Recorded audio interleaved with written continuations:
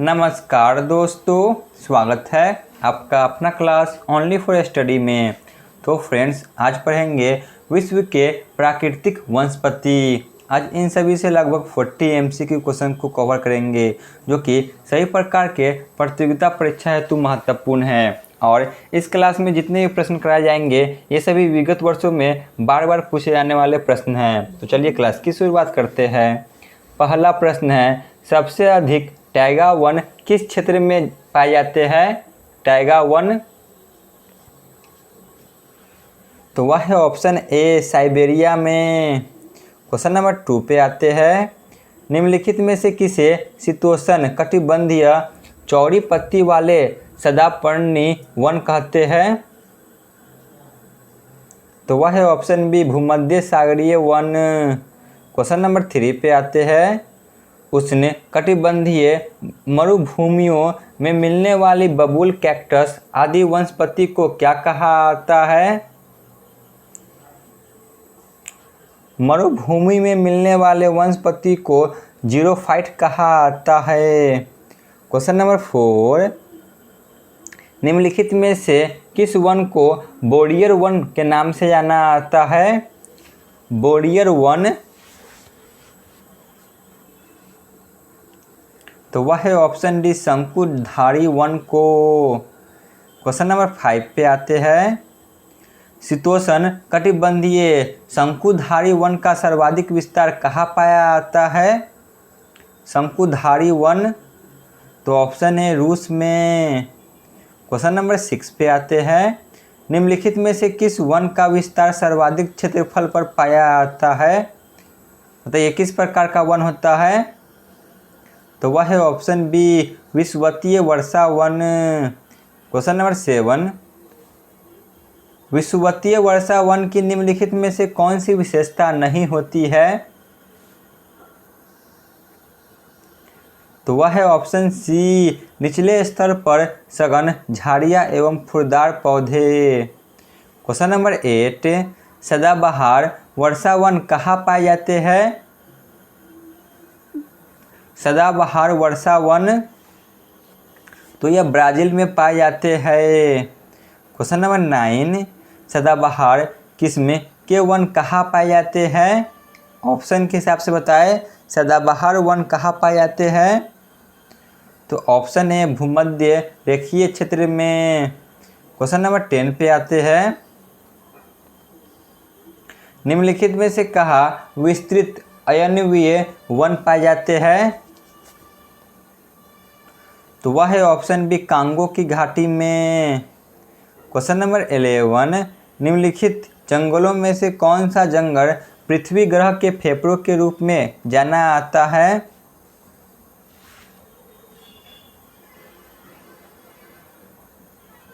तो वह है ऑप्शन जो कि सी, अमेजन वर्षा वन। क्वेश्चन नंबर 12, विषुवतीय वन प्रदेशों में पेड़ों पर चढ़ी लताओं को क्या कहा जाता है? तो ऑप्शन डी, लियाना कहा जाता है। क्वेश्चन नंबर 13, साइबेरिया क्षेत्र में समशीतोष्ण कोणधारी वन को किस नाम से जाना जाता है? तो ऑप्शन है टैगा कहा जाता है। ये सभी विगत वर्षों में बार बार पूछे जाने वाले प्रश्न हैं और आगे भी पूछे जा सकते हैं, इसलिए इन सभी को अच्छी तरह से देखें। क्वेश्चन नंबर 14, शंकुधारी वन कहाँ पाए जाते हैं? शंकुधारी वन, तो ऑप्शन बी, शीतोष्ण क्षेत्र में। क्वेश्चन नंबर 15, विषुवतीय वन के संदर्भ में निम्न में से कौन सा कथन असत्य है? बताइए कौन सा कथन जो कि गलत है? तो ऑप्शन सी, ये वन शीतोष्ण वन के नाम से भी जाने जाते हैं। ठीक है ना, विषुवतीय वन। क्वेश्चन नंबर 16, डेल बर्जेरिया जाति निम्नलिखित में से किस से संबंधित है? तो वह है ऑप्शन डी, शीशम। क्वेश्चन नंबर 17, सिनकोना के वृक्ष किस वन में पाए जाते हैं?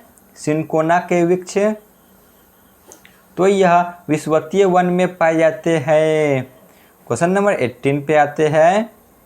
ओक, बीच, बर्च, वालनट, एल्ब आदि के वृक्ष कहाँ पाए जाते हैं? ये सही प्रकार के वृक्ष। तो ऑप्शन बी मध्य आकांक्षीय पर्णपाती वन में। क्वेश्चन नंबर 19, मलेरिया की दवा कुनैन निम्न में से किस वृक्ष से प्राप्त की जाती है? कुनैन, तो यह ऑप्शन सी सिनकोना से प्राप्त की जाती है। क्वेश्चन नंबर 20, विषुवत रेखीय वर्षा वनों का सबसे बड़ा प्रदेश की महाद्वीप में है? बताइए, विषुवत रेखीय वर्षा वनों का सबसे बड़ा प्रदेश किस महाद्वीप में है? तो ऑप्शन डी दक्षिण अफ्रीका में। क्वेश्चन नंबर 21, विषुवत रेखीय क्षेत्रों को ब्राज़ील में किस नाम से जाना आता है? विषुवत रेखीय वनों को ब्राज़ील में किस नाम से जाना आता है? तो ऑप्शन ए सेल्वास कहा आता है। क्वेश्चन नंबर 22 पे आते हैं। निम्नलिखित में से किस देश में उसके भौगोलिक क्षेत्र का उच्चतम प्रतिशत वनाच्छादित है? तो वह है option B Bharat. Question number 23, निम्नलिखित में से किस प्रकार के वनों का विस्तार केवल उत्तरी गोलार्ध में ही पाया जाता है? तो ऑप्शन सी समशीतोष्ण कोणधारी वन। क्वेश्चन नंबर 24, भूमध्य रेखा के निकट किस तरह के वन पाए जाते हैं? भूमध्य रेखा के निकट, तो ऑप्शन डी उष्णकटिबंधीय वन। क्वेश्चन नंबर 20 जो कि 5, किस वन को जंतुओं की दृष्टि से प्राकृतिक प्राणी उद्यान कहा आता है? वह कौन सा वन है? नेचुरल जू के नाम से जाना आता है। तो ऑप्शन ए सवाना वन। क्वेश्चन नंबर 26 पे आते हैं। विश्व के वन क्षेत्रों में से किस एक के फैलाव का प्रतिशत सर्वाधिक है? तो ऑप्शन बी उष्णकटिबंधीय वर्षा वन।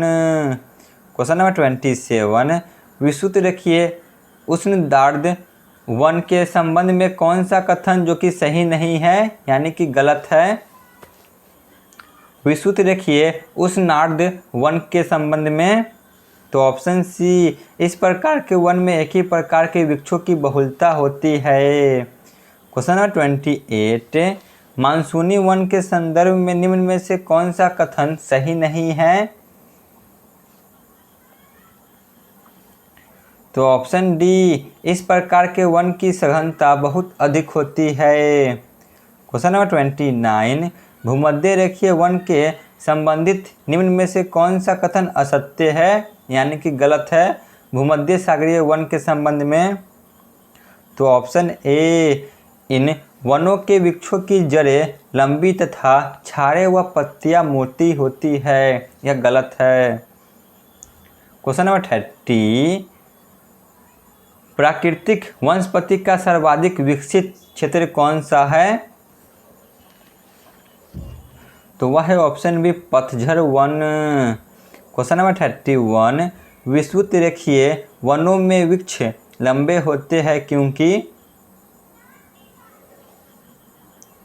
ऑप्शन सी उनमें अधिक से अधिक सूर्य की रोशनी पाने की होड़ होती है। क्वेश्चन नंबर 32, अधिपादप मुख्यतः पाए जाते हैं। अधिपादप मुख्यतः कहाँ पाए जाते हैं? तो ऑप्शन डी विषुवतीय वनों में। क्वेश्चन नंबर 33, अमेजन नदी की घाटी में विषुवत रेखीय उष्णार्ध वन को क्या कहा आता है? तो ऑप्शन ए सेल्वास कहा आता है। क्वेश्चन नंबर 34, भूमध्य सागरीय वन का नाम सही है? भूमध्य सागरीय वन का नाम नहीं है इनमें से, तो ऑप्शन बी बोरियर। क्वेश्चन नंबर 35, मेंटाना वन कहाँ पाए जाते हैं? मेंटाना वन, तो ऑप्शन सी एंडीज पर्वत की पूर्वी ढाल पर। क्वेश्चन नंबर 36, सर्वाधिक जैव विविधता कहाँ पाई जाती है? तो ऑप्शन डी उष्णकटिबंधीय वर्षा वन में। क्वेश्चन नंबर 37, स्प्रूस, फर तथा चीड़ मुख्यतः कहाँ पाए जाते हैं? तो ऑप्शन सी भूमध्य सागरीय वनों में। तो आज के क्लास का अंतिम प्रश्न है, टुंड्रा वनस्पति का सर्वाधिक विस्तार कहाँ पाया जाता है? तो ऑप्शन बी उत्तर अमेरिका में। तो यहाँ पे हमारी क्लास समाप्त होती है। आप लोग कमेंट में ज़रूर बताएं कि आपको यह क्लास कैसा लगा। धन्यवाद।